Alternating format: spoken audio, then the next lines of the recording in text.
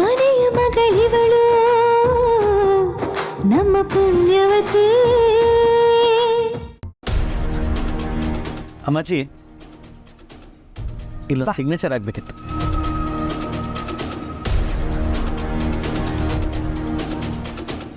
Construction test ಎಲ್ಲಿವರೆಗೂ ಬಂತು?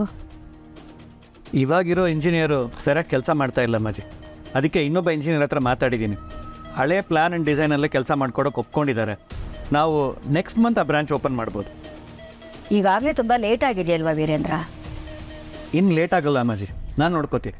ಸರಿ ವೀರೇಂದ್ರ, ಪೂರ್ವಿ ಕಾಲೇಜ್ಗೆ ಹಣ ಟ್ರಾನ್ಸ್ಫರ್ ಮಾಡಿದ್ಯಾ?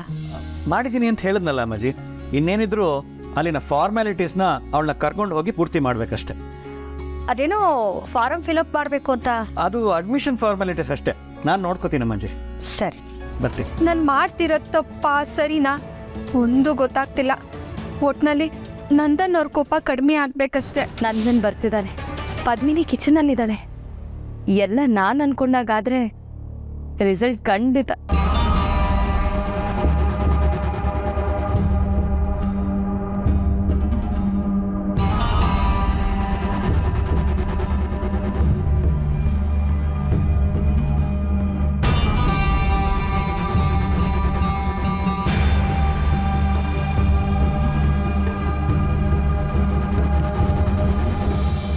ನಂದನ್, ಕಾಫಿ ಮಾಡ್ಕೊಡ್ಲಾ? ಈ ಶೆಕೆನಲ್ಲ ಬೇಡ, ಅದಕ್ಕೆ ನೀರು ಕುಡಿಬೇಕನ್ನಿಸ್ತಿದೆ, ನಾನೇ ತಗೋತೀನಿ. ಪಾವನಿ, ಇಲ್ಲೇ ಒಂದು ಗೌರ್ಮೆಂಟ್ ಸ್ಕೂಲ್ ಐತೆ, ನೀನು ಅಲ್ಲೇ ಅಡ್ಮಿಷನ್ ಮಾಡಿಸ್ತೀವಿ. ಇನ್ನೇನು ಇನ್ನೊಂದು ವಾರಕ್ಕೆ ಸಾಲೇನು ಶುರು ಆಗ್ತೈತೆ, ನೀನು ಅಲ್ಲಿಗೆ ಹೋಗವ್ವ. ಏನು ಗೌರ್ಮೆಂಟ್ ಸ್ಕೂಲ್ಗಾ?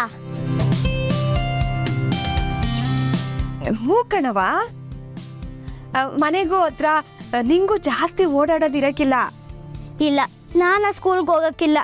ಅಲ್ಲಿ ಯಾವ ಚಿಕ್ಕ ಮಕ್ಕಳು ಇರಲ್ವಂತೆ, ಟೀಚರ್ಸು ಕರೆಕ್ಟಾಗಿ ಪಾಠನೂ ಮಾಡಲ್ವಂತೆ.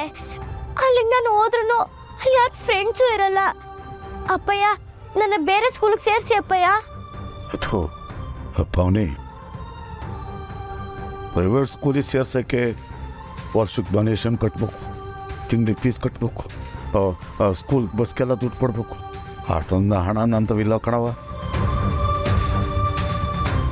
ಅಪ್ಪಯ್ಯ, ನಾನಂತೂ ಆ ಸ್ಕೂಲ್ಗೆ ಹೋಗೋಕ್ಕಿಲ್ಲ. ನನ್ನ ಬೇರೆ ಸ್ಕೂಲಿಗೆ ಸೇರಿಸಿ ಅಪ್ಪಯ್ಯ, ಪ್ಲೀಸ್. ಪಾವನಿ, ಹಂಗೆಲ್ಲ ಹಠ ಮಾಡಬಾರ್ದು ಕಣವ. ನೋಡು, ಯಾವ ಶಾಲೆ ಆದ್ರೆ ಏನಂತೆ ಓದೋ ಮಕ್ಕಳಿಗೆ. ಟೀಚರು ಅಲ್ಲಿ ಒಂದು ಮಗು ಇದ್ರು ಅದನ್ನೇ ಕಲಿಸೋದು, 10 ಮಕ್ಕಳಿದ್ರು ಅದನ್ನೇ ಕಲಿಸೋದು. ಓದೋ ಮಕ್ಕಳಿಗೆ ಶ್ರದ್ಧೆ ಇರಬೇಕು, ಆಟೆಯ. ಸುಮ್ಮನೆ ಹೋಗವ ನೀನು. ಇಲ್ಲ ಇಲ್ಲ ಇಲ್ಲ, ನಾನಂತೂ ಆ ಸ್ಕೂಲ್ಗೆ ಹೋಗೋಕ್ಕಿಲ್ಲ ಅಷ್ಟೇ.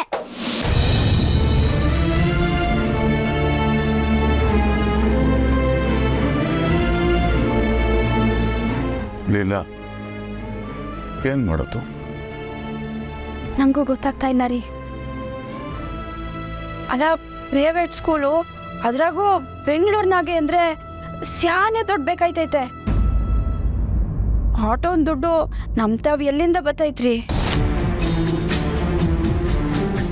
ಈ ಪಾವನಿ ಯಾಕೆ ಇದನ್ನು ಅರ್ಥ ಮಾಡ್ಕೊಂತಿಲ್ವೋ ಒಂದು ಅರ್ಥ ಆಗ್ತಿಲ್ಲ. ಚಿಕ್ಕ ಮಗ ಅಲ್ವಾ ಅದಕ್ಕೆವ್ವ, ಅದಕ್ಕೆ ಅರ್ಥ ಆಯ್ತಾ ಇಲ್ಲ ಬಿಡಿ. ನೀವೇನು ಯೋಚನೆ ಮಾಡಬೇಡಿ, ನಾನು ಅವಳಿಗೆ ಸಮಾಧಾನವಾಗಿ ಹೇಳಿ ಅರ್ಥ ಮಾಡಿಸ್ತೀನಿ.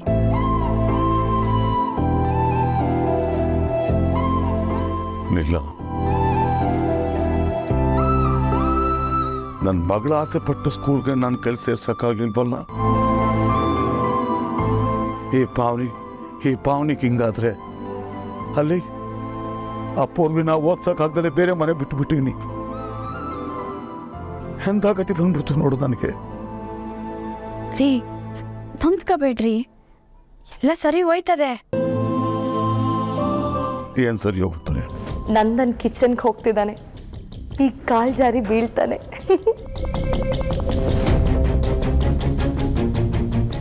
ಅಕ್ಕ, ನಂದನವ್ರು ಬರ್ತಿದ್ದಾರೆ ಕಣೆ, ಬೀಳೋ ಥರ ನಾಟಕ ಮಾಡಿಬಿಡೆ. ನನಗಂತೂ ಗ್ಯಾರಂಟಿ ಐತೆ, ಎಲ್ಲ ಸರಿ ಹೋಗ್ತೈತೆ. ಅಯ್ಯೋ, ಇದೇನಿದು ಎಣ್ಣೆ? ಇದು ಹೇಗೆ ಚೆಲ್ತು? ನಂದನ್, ಯಾಕೋ ಕಥಾ ಏನಾಯ್ತು? ನಂದನ್ ಏನಾಯ್ತಪ್ಪ? ತುಂಬ ನೋವ್ತಾ ಇದೆಯಾ? ನಡಿ ಹಾಸ್ಪಿಟ್ಲಿಗೆ ಹೋಗೋಣ. ಪದ್ಮಿನಿ ಕರ್ಕೊಂಡು ನಡಿ ಅಮ್ಮ. ವೀರೇಂದ್ರ, ನಾನು ಬರ್ತೀನಿ. ಬೇಡ ಅಮ್ಮಾಜಿ, ನಾವು ಕರ್ಕೊಂಡು ಹೋಗ್ತೀವಿ. ಚಂಚಲ ನೀನು ಮನೇಲೇ ಇದ್ದ ಅಮ್ಮಾಜಿ ನೋಡ್ಕೊಳ್ಳಮ್ಮ. ಪದ್ಮಿನಿ ಎತ್ಕೊ. ಏನಾಯ್ತು? ಅದು ಕಾಲ್ ಡಾಕ್ಟರ್ ಅದು ಇವ್ರು ಬಿಟ್ಬಿಟ್ರು, ತುಂಬ ಏಟಾಗೈತೆ. ಕೇಳಿದ್ರೆ ಏನೂ ಆಗಿಲ್ಲ ಅಂತಾರೆ. ಕಾಲು ಕೈಯೆಲ್ಲ ನೋವಾಗೈತೆ. ನೀವು ಅದು ಏನೇನು ಇಂಜೆಕ್ಷನ್ ಕೊಡ್ತಿರೋ ಕೊಡಿ, ಆದರೆ ಇವ್ರು ಬೇಗ ಹುಷಾರಾಗಬೇಕಷ್ಟೆ.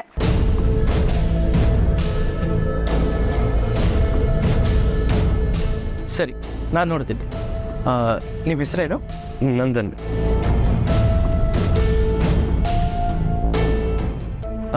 ಎಲ್ಲಿ ನೋವಾಗಿದೆ? ಕೈ ಮತ್ತು ಕಾಲು ತುಂಬ ನೋವಿದೆ ಡಾಕ್ಟರ್. ಹೌದು ಡಾಕ್ಟರ್, ಇವ್ರಿಗೆ ಹೆಜ್ಜೆ ಊರಕ್ಕೂ ಆಗ್ತಿಲ್ಲ, ಕೈ ಕಾಲಂತೂ ಆಡ್ಸೋಕ್ಕೆ ಆಗ್ತಿಲ್ಲ. ತುಂಬ ಕಷ್ಟ ಆಗ್ತೈತೆ. ಏಟಾಗಿರೋದು ನನಗೇನೇನಾಗ್ತಿದೆಯೋ ನಾನೇ ಹೇಳ್ತೀನಿ. ನೀನು ಸ್ವಲ್ಪ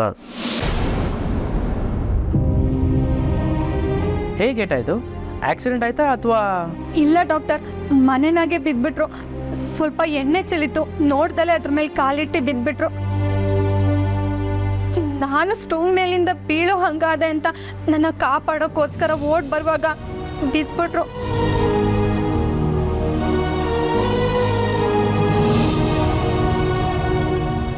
ಡಾಕ್ಟರ್, ಜಾರು ಬಿದ್ದಾಗಿರೋ ಏಟು, ಬಟ್ ಕೈ ಮತ್ತು ಕಾಲು ತುಂಬ ನೋವ್ತಿದೆ. ಹೌದು ಡಾಕ್ಟರ್, ನಡೆಯೋಕ್ಕಾಗ್ತಿಲ್ಲ ಅಂತ ಇದ್ದ. ಸ್ವಲ್ಪ ನೋಡಿ. ಹಾಂ, ಎಲ್ಲಿ ನೋವಿದೆ? ಇಲ್ಲ, ಇಲ್ಲಿ ನೋವಿದೆ. ಚೂರು ಕೈಗೆ ಮೇಲೆತ್ತಿ. ಆಗ್ತಿಲ್ಲ ಡಾಕ್ಟರ್, ಆಗ್ತಿದೆ, ನೋವಿದೆ.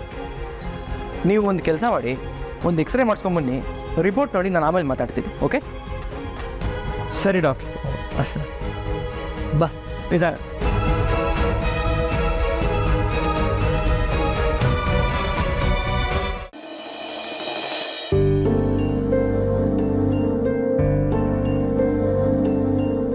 ನಂದನಿಗೇನು ಆಗದೆ ಇದ್ರೆ ಸಾಕು. ಅವ್ರಿಗೇನು ಅಪಾಯ ಆಗದೆ ವಾಪಸ್ ಬಂದ್ಬಿಟ್ರೆ ಸಾಕು. ಅಮ್ಮಾಜಿ ಟೆನ್ಷನ್ ಮಾಡ್ಕೋಬೇಡಿ, ಏನೂ ಆಗಕ್ಕಿಲ್ಲ. ಚಂಚಲ, ವೀರೇಂದ್ರನಿಗೊಂದು ಕಾಲ್ ಮಾಡು. ಹಾಂ.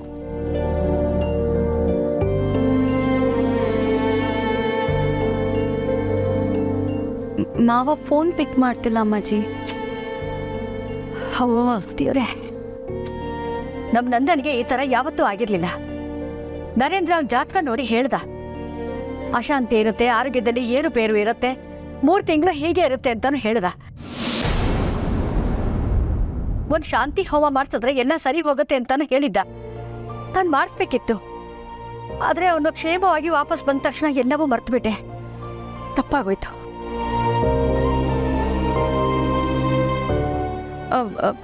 ಅಮ್ಮಾಜಿ, ನಂದನ್ಗೇನೂ ಆಗಲ್ಲ, ನೀವು ಹೆದರ್ಕೋಬೇಡಿ. ಏನು ಆಗಲ್ಲ ಅಂದ್ರೆ ಏನು? ಆರಾಮಾಗಿದ್ದವನು ಎಣ್ಣೆ ಮೇಲೆ ಕಾಲಿಟ್ಟು ಜಾರಿ ಯಾಕೆ ಬಿದ್ದ? ಇಷ್ಟಕ್ಕೂ ಆ ಎಣ್ಣೆ ಚೆಲ್ಲಿದ್ಯಾರು? ಕೈ ತಪ್ಪಿ ಬಿದ್ದೋದ್ರು ಕೂಡ ಅದನ್ನ ತಕ್ಷಣಕ್ಕೆ ಒರೆಸಿ ಕ್ಲೀನ್ ಮಾಡ್ಬೇಕು ತಾನೆ. ಈಗ ನೋಡಿ ಏನಾಯ್ತು ಅಂತ. ಅಯ್ಯೋ ಅಮ್ಮಾಜಿ, ನಂದನ್ ನೀರು ಕುಡಿಬೇಕು ಅಂತ ಕಿಚನ್ಗೆ ಹೋಗ್ತಿದ್ದ, ಅದು ಎಣ್ಣೆ ಚೆಲ್ಲಿತ್ತು, ಜಾರ್ ಬಿದ್ಬಿಟ್ಟ. ಅಷ್ಟರಲ್ಲಿ ನಾನು ಅವನ ಹಿಂದೆನೇ ಇದ್ದೆ, ಆದರೆ ಆ ಪದ್ಮಿನಿ ಕಿಚನಲ್ಲೇ ಇದ್ಲು.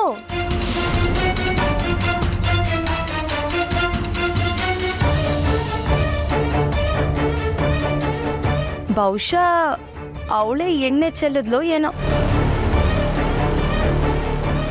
ಇವ್ರೊಬ್ರು ನಮ್ಮ ಅಕ್ಕನ ತಲೆ ಮೇಲೆ ಗೂಬೆ ಕೊರ್ಸಕ್ಕೆ ಕಾಯ್ತಾ ಇರ್ತಾರೆ. ನಮ್ಮ ಅಕ್ಕನ ಮೇಲೆ ತಪ್ಪು ಹೊರ್ಸಿದ್ರೆ ನಾನಂತೂ ಸುಮ್ಕಿರಕ್ಕಿಲ್ಲ. ಏನು ಪದ್ಮಿನಿನ? ಇಲ್ಲ ಅವಳು ಈ ಥರ ಕೆಲಸ ಮಾಡೋಳಲ್ಲ. ಅಯ್ಯೋ, ನಾನೇನು ಅವಳೇ ಎಣ್ಣೆ ಚೆಲ್ಲಿ ನಂದನ್ನ ಬೀಳ್ಸದ್ಲು ಅಂತ ಹೇಳಿದ್ನ ಅಮ್ಮಾಜಿ? ಅಂದ್ರೆ ನಿನ್ನ ಮಾತಿನ ಅರ್ಥ ಏನು? ನೀವೇ ಹೇಳಿ ಅಮ್ಮಾಜಿ. ಅಡ್ಗೆ ಮಾಡ್ತಿದ್ದವಳು ಅವಳೆ, ಮಾಲ್ತಿ ಅತ್ತೆ ಇರಲಿಲ್ಲ, ಜಯಂತಿ ಅತ್ತೆ ಮೇಲಿದ್ರು, ನಾನು ಇಲ್ಲೇ ಹಾಲಲ್ಲಿದ್ದೆ. ಅಂದಮೇಲೆ ಇನ್ಯಾರು ಎಣ್ಣೆ ಚೆಲ್ಲಿರ್ತಾರೆ?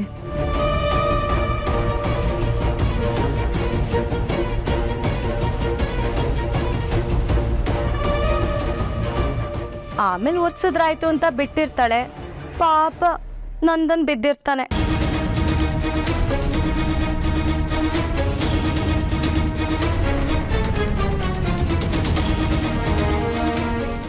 ನಂದನ್ ಬಿದ್ದಾಗ ಪದ್ಮಿನಿ ಮುಖದಲ್ಲಿ ಒಂದು ಗಿಲ್ಟ್ ಇತ್ತು. ನಾನದನ್ನ ನೋಡ್ದೆ ಅಮ್ಮಾಜಿ.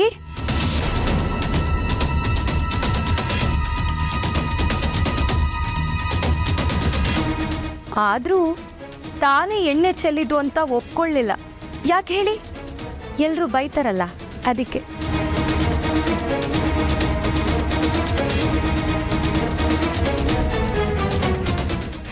ನೀವು ಅಕ್ಕನ ಬಗ್ಗೆ ಏನೇ ಚಾಡಿ ಹೇಳಿ, ಆದರೆ ಅಮ್ಮಾಜಿ ಅದನ್ನು ನಂಬಕ್ಕಿಲ್ಲ. ಯಾಕಂದರೆ ಅವ್ರಿಗೆ ಗೊತ್ತು ಅಕ್ಕ ಹೇಗೆ ಅಂತ. ಛೇ, ಪದ್ಮಿನಿ ಯಾಕೆ ಹೀಗೆ ಮಾಡಿದ್ಲು? ಅಲ್ಲ, ಅವ್ಳಿಗಿಷ್ಟು ಬೇಜವಾಬ್ದಾರಿನಾ? ಓ, ಕ್ರ್ಯಾಕ್ ಆಗಿದೆ.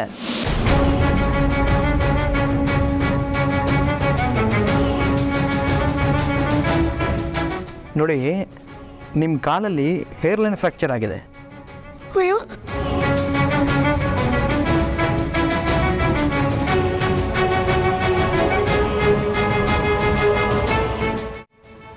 ಪದ್ಮಿನಿ, ಹೆದರ್ಕೋಬೇಡಮ್ಮ, ಅಳಬೇಡ, ಏನೂ ಆಗಲ್ಲ. ಮಾವ, ಎಲ್ಲ ಆಗಿದ್ದು ನನ್ನಿಂದಾನೆ. ನನ್ನನ್ನು ಕಾಪಾಡಕ್ಕೆ ಬರುವಾಗ ಇವ್ರು ಬಿದ್ದಿತ್ತು ನೋಡಿ, ಈಗ ಕ್ರ್ಯಾಕ್ ಬಂದೈತೆ.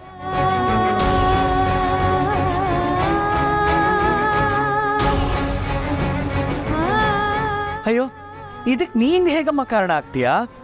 ಯಾರೋ ಎಣ್ಣೆ ಚೆಲ್ಲಿದ್ದಾರೆ, ಒರೆಸಿಲ್ಲ, ಅದಕ್ಕೆ ಬಿದ್ದಿದ್ದಾನೆ. ನೀನು ಯಾಕಮ್ಮ ನಂದ್ಕೋತೀಯಾ? ನೋಡಿ, ನೀವು ಭಯ ಪಡೋವಂಥದ್ದು ಏನೂ ಇಲ್ಲ. ಇಷ್ಟು ಚಿಕ್ಕದ್ರಲ್ಲಿ ಮುಗೀತಲ್ವಾ, ಅದಕ್ಕೆ ನೀವು ಖುಷಿ ಪಡಬೇಕು. ಹಂಗಾದ್ರೆ ಏನು